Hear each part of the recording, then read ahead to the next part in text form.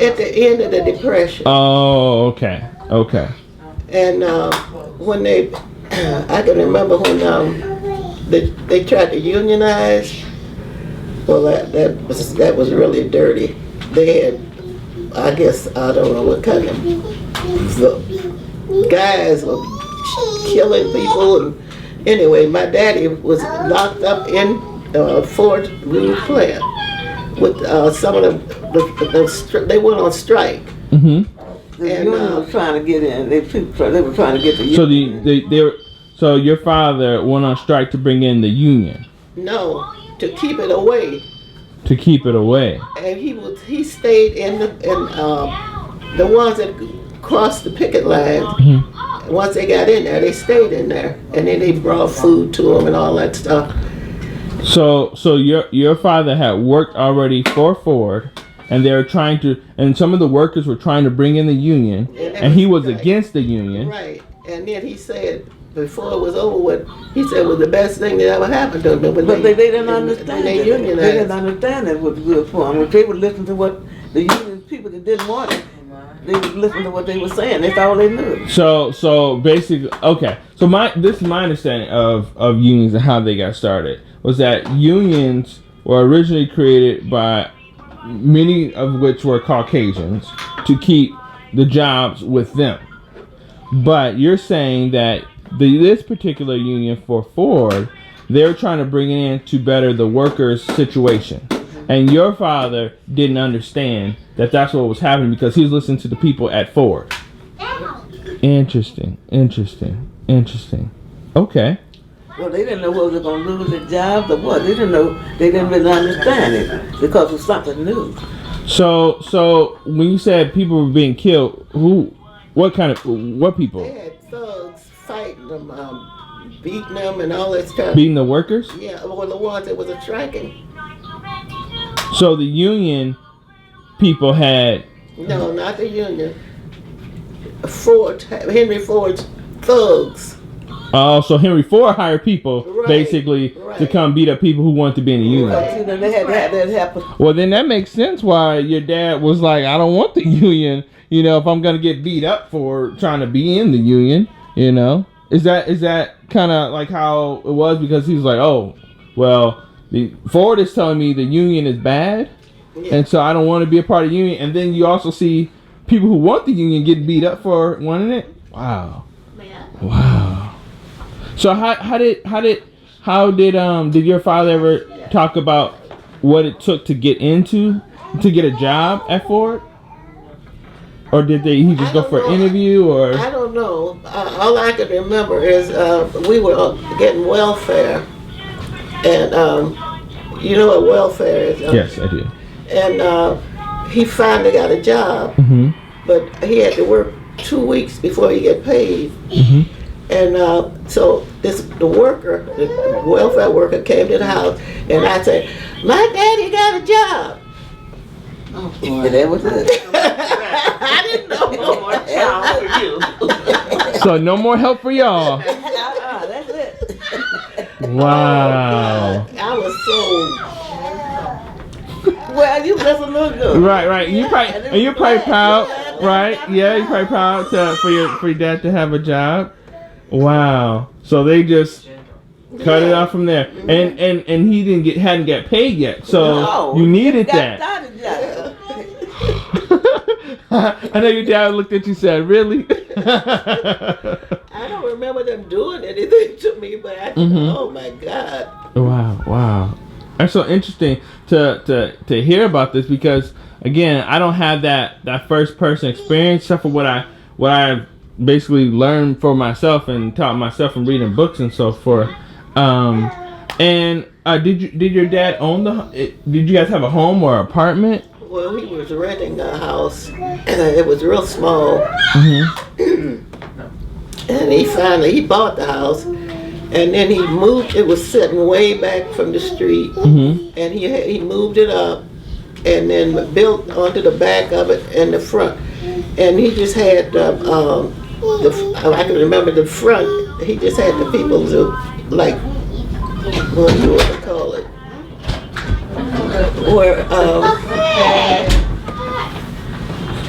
But anyway, I had to help him put the roof on and the flooring. I was like a handyman, the boy he didn't have. Until the boy came along. What boy? Me. I used to help him too. I truly did. Anyway, and my uncle. Oh, my uncle. Oh boy, Uncle You Bo. wasn't having when we put that roof on though. No, I didn't say that. Okay. Uncle Bo. My daddy had one brother. Mm-hmm. He was. My father was a minister, and he made corn liquor, and Corn liquor. yes, and he taught me how to make it. Sit down. But he was in prison Mm-hmm. because of the corn liquor. You know, he was a bootlegger, Right, bootlegger. Yep. and he broke out of prison. He broke out of prison. And I don't know how he found my father in Michigan, but I can remember our front door had a glass at the top, Uh-huh. and somebody knocked on the door, and Mama was in the kitchen. So I ran out there and looked, and that man looked like my daddy, but I know that wasn't my daddy. So I ran back and got Mama. I don't know how my uncle found her. I don't either, but he did from the outside. Must was it Alabama, Arkansas? I think it was Arkansas. Uh-huh. But You know, anyway, the levy camp. They didn't call it jail, then they called it levy camp. Levy? Levy camp. Levy camp. What is that? You ain't never saw the old movies.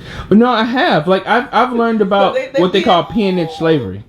Right? Huh? he was on a chain gang. Right, exactly. No. So, what I learned like from like peonage slavery, that's where they used to make up laws, like vagrancy laws, or if you didn't have a job and it wasn't a job by a white man, you would be put in jail. If they stopped you on the street and said, "Show me your working papers," meaning your job papers, where you actually had a job working for a white man. Maybe as a plantation crop or something along those lines. And if you didn't have those papers, they took you to jail. If you were standing outside in front of a store and you were just standing there, that would be what they call loitering. So you would go to jail for that. And then the jail time, the jail sentences would be like 8 months, 9 years for simple things, right? If you're just accused of raping a white woman, then it would automatically be You better not look at her. exactly. So all these laws they were just creating, they were just putting on the books just to make it so that they can still enable slavery to happen, right? Because according to the 14th Amendment, the 13th Amendment, I believe it is, slavery is legal even today, slavery is abolished except for as punishment for a crime. So all the people that are in jail right now, they're essentially slaves, right? So from what I've learned just in reading and learning over time, and what I taught myself, because they didn't teach us these things in school, the black people were criminalized, especially in the early 19th century, were criminalized and made to be lawbreakers, and the whole situation with welfare, right? So your father, because he now has a job, they basically came in and said, okay, you no longer can get assistance, right? So they put all these things in place to try and break the family apart and create these laws that really only apply to black people, because I think what you're talking about wasn't welfare. It was like aid to dependent children, the ADC, where the man couldn't be in the house. Okay, so they call it ADC. Yeah, but welfare. That way later. aid to dependent This wasn't children. even existing when you talk about now. ADC wasn't. Was it in existence now, or back then? What you telling you about? What you told them that daddy had a job? Uh-huh. There wasn't no such thing as ADC then. It was just welfare. Welfare. Ah. And that was the man could be in the house. And Oh, okay. At that time, what year was this that they took the welfare away? I don't know. How old were you? I don't know. I don't even know when he took it away. Oh, okay. But this was after the whooping cough, right? Oh yeah. Okay. Yeah, I was 6 Just- then when okay. I said that. Okay. And so, but continue on. I'm sorry. Your uncle, he came by. You guys didn't know how he found you. He was knocking on the door. You said you went and got your mom. Yeah. But then when we moved to White Cloud, Michigan, he started making whiskey again. Oh. And his Uncle what? Uncle Bo. Uncle Bo. Uncle Bo. Leonard. Well, actually, A.B. said that wasn't his name. His name was Sylvester. Sylvester. Mm-hmm. And anyway, And that was just a nickname they called him, Bo. Bo was a nickname. But anyway, his girlfriend got mad at him and blew the whistle on him. And we were in White Cloud. We were out in the country. How far was the nearest person? About 3 miles from the nearest person. Anyway, 3 miles. Wow. Anyway, It was nice, so I loved when we it. got home from school, they had broke up he had up in the, well, it was like in the loft. He had this, that's where he was making the whiskey. Yes. And then he had made the still in one of the sheds. And they had dumped out that mash. Mash. That was what he used to make whiskey. Oh. Cracked corn. Cracked corn. And sugar. Anyway, and we had a dog. And that dog ate that mash and was drunk. That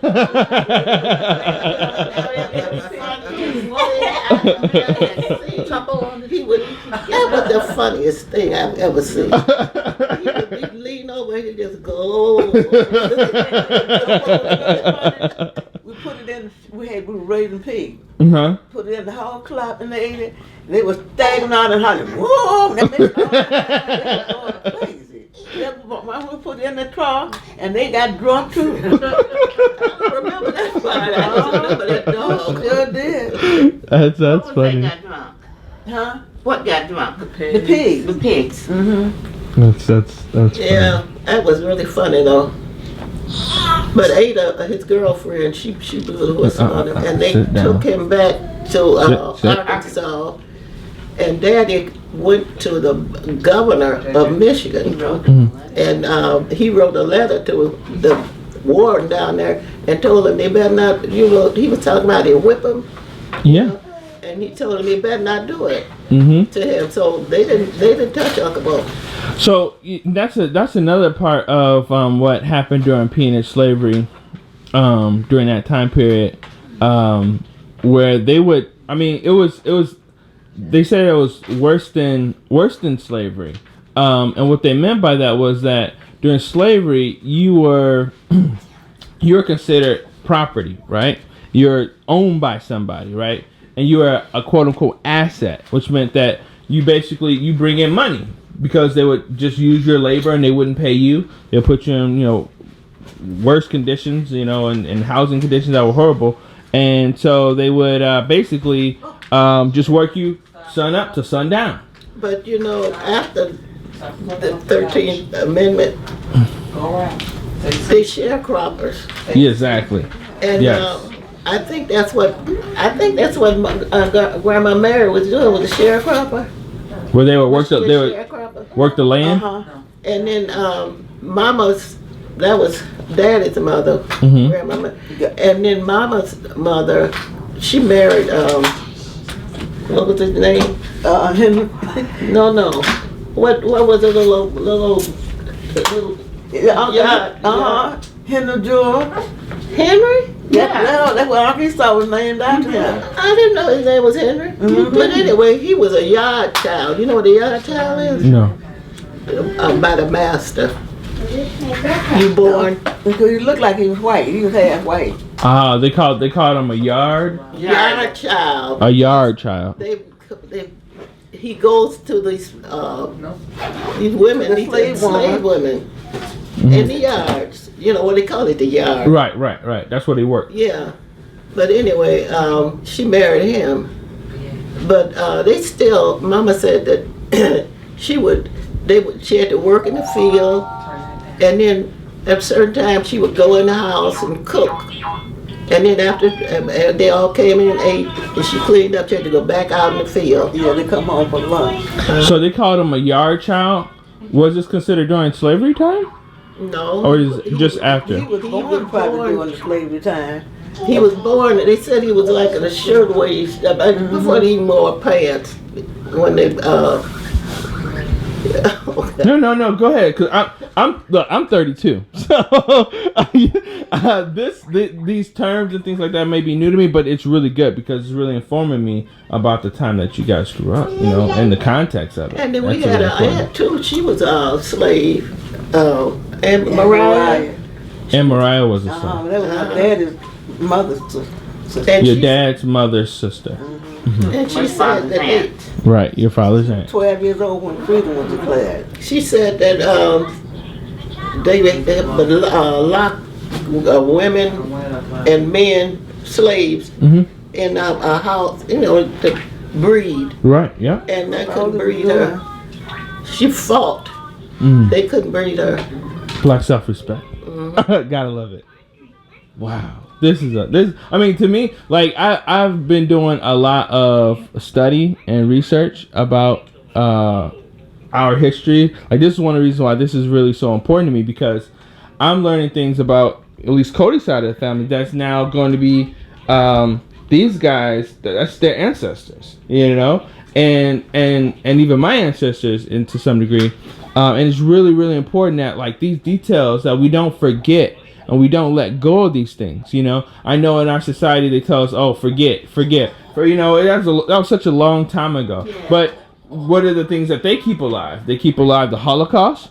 Don't dare tell a Jewish person forget about it. That was such a long time ago. No, they have monuments, they have museums. What do we have to show for these things and to learn about these things? So even if it's only by us talking about it and passing it down, however painful it may be, how much we can bear to talk about in terms of the truth, I think we must bear that. We must understand that, because it's really important that they don't grow up in a society that says, "Hey, I'm colorblind. I don't see color. You got Barack Obama as president and any other black president that comes before, so we're all good." When not necessarily that's not true, and they need to understand that there were a group of people that suppressed them, that kept them down, and kept all of us down, right? And that just doesn't go away because, I can buy a car now, or I can buy a home now, because we know from the textbooks and reading and history that we're still at the bottom of the barrel, if you will, in terms of financial and so forth. So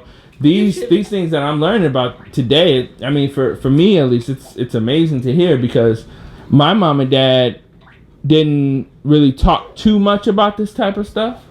I think they kind of like tried to shield me and my brothers from learning about some of these things. I know my dad went through a ton of racism on the job, and he would just tell us bits and pieces here and there.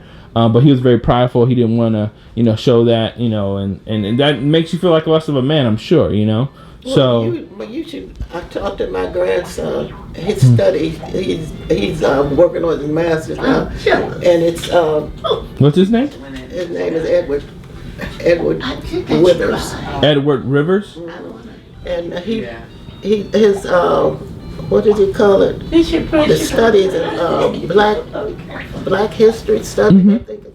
And that's his major. Oh wow! I would love to talk to him. I would love to talk to him.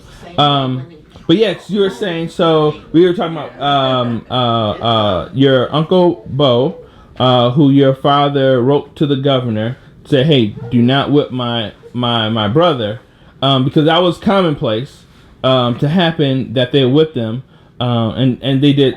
I could go on, but I want this to be your interview. But I understand exactly what you're talking about. And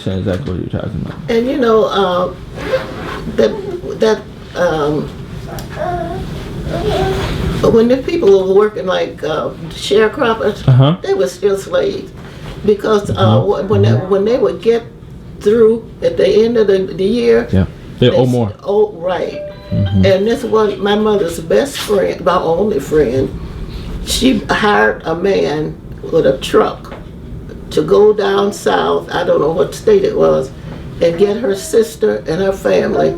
He went down there in the middle of the night and put them in this truck and covered them over with a tarp and got them out of there. And that was in the 30s. What were their names? Well, the name was Tate. Because there's a story in a book called Black and White as I See It, written by Richard Williams, Venus and Serena Williams' dad. The famous tennis players, the two black girls that plays tennis. Richard Williams, their dad, his mom and father, that's what happened to them. That's because his mom and father were sharecroppers. And in his book, he talked about that very thing. And that's how they escaped. They escaped in the middle of the night and were able to get away because it wasn't like you were employed. It was really like you were a slave. Like if you tried to leave, you that could be your life. Right, that's right. Wow. And she had about 8 or 9 kids. Oh, gosh, I don't know, 9 or 10 of them. It was a whole bunch of them. And The husband and the wife and all the put them kids. all in that back of that truck and put them over the top and brought them out of And there. Mr. Maddox did it. And this was who was this again? Just to make sure. The family name was Tate. Mr. Maddox. T-A-T-E. And were they related to you all or? My No, mother. this is my mother's friend. She was telling you. Mother friend. My mother's best friend had somebody to go down south to pick her She sister up. paid them to go down there Her and get sister and them. her husband and her nieces and nephews. Wow. So after your dad went and talked to the governor, like that was also a brave thing to do. He didn't go talk to him. He wrote him a called letter. Oh, he wrote him a letter. Wow. And this is when you guys lived in like In Inkster. in Inkster, way out in the. No, this was Right. Oh, okay. Okay. About, 20 minutes from here. Wow. It's not even 20 minutes. Wow. And what do you remember about growing up at that time? Like, were you in school now at this time, or were you still young?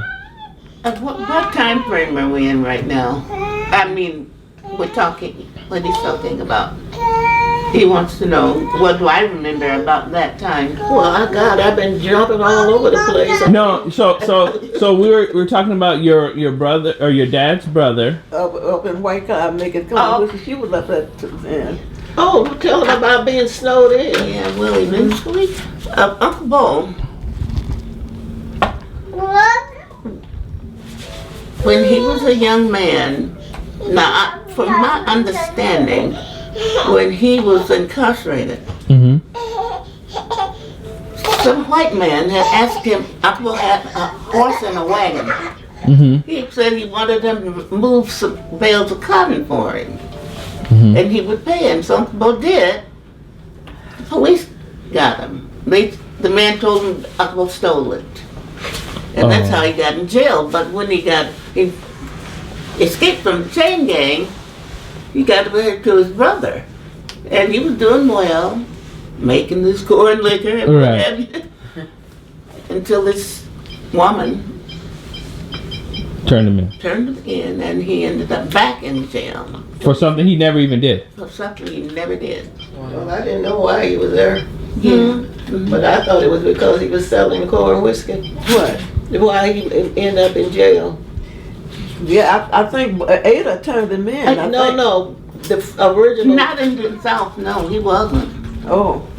Well, anyway. Wow. So what else do you remember about being snowed in? You're going to talk about being snowed in. Well, that jumps a few years ahead. Okay, and that's I fine. live up north in White Cloud, Michigan. Mm-hmm. And I was 13 when we moved up there. Yeah. That was 1946. No, Van graduated in 46, so it was 47. 40. Graduated in